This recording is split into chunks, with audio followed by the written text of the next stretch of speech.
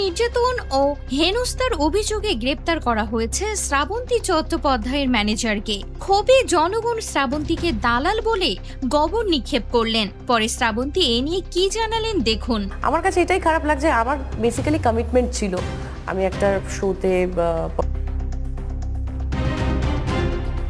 অভিনেত্রী শ্রাবন্তী চট্টোপাধ্যায়ের আত্মসহায়কের বিরুদ্ধে ধর্ষণের অভিযোগ গ্রেপ্তার করা হয়েছে অর্ঘ্য চ্যাটার্জিকে। আজ সোমবার হাওড়া আদালতে তোলা হয় অভিযুক্তকে। একই ইভেন্টে কোম্পানিতে অর্ঘ্য মুখোপাধ্যায়ের সঙ্গে যুক্ত ছিলেন অভিযোগকারী। নির্যাতিতার দাবি 12 এপ্রিল চ্যাটার্জি হাট এলাকায় অর্ঘ্যর বাড়িতে কাজের জন্য ডেকে পাঠানো হয়।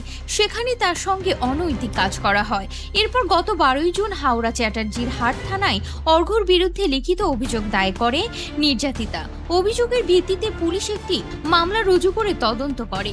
গতকাল রাতে অভিযুক্তকে গ্রেপ্তার করেছে পুলিশ। তার বিরুদ্ধে একাধিক জামিন অযোগ্য ধারায় মামলা শুরু করে পুলিশ। আজ ধৃতকে হাওড়া আদালতে পেশ করা হয়। শ্রাবন্তী চট্টোপাধ্যায়ের আত্মসহায়ক হিসেবে সকলেই চিনত তাকে। অভিনেত্রীর আত্মসহায়ক গ্রেপ্তার হওয়ার পরই সোশ্যাল মিডিয়ায় বিবৃতি দিয়েছেন অভিনেত্রী। সোশ্যাল মিডিয়ায় অভিনেত্রী লেখেন, 2024 সাল থেকে এক ইভেন্ট ম্যানেজমেন্ট সংস্থা আমার নিয়মিত ইভেন্ট দেখাশোনার দায়িত্ব নেয়। সেখান থেকে ওই ব্যক্তির সঙ্গে আমার পরিচয় হয়, কিন্তু এখন আমি জানতে পেরেছি ওই ব্যক্তি অপরাধমূলক কাজের সঙ্গে যুক্ত। এই খবর আমাকে ভীষণই অস্বস্তিতে ফেলেছে। যদিও আমি ওর ব্যক্তিগত পরিসর সম্পর্কে কিছুই জানি না। এই ঘটনার পরে আর কোনোভাবেই আগামী দিনে ওর সঙ্গে যুক্ত থাকতে চায় না।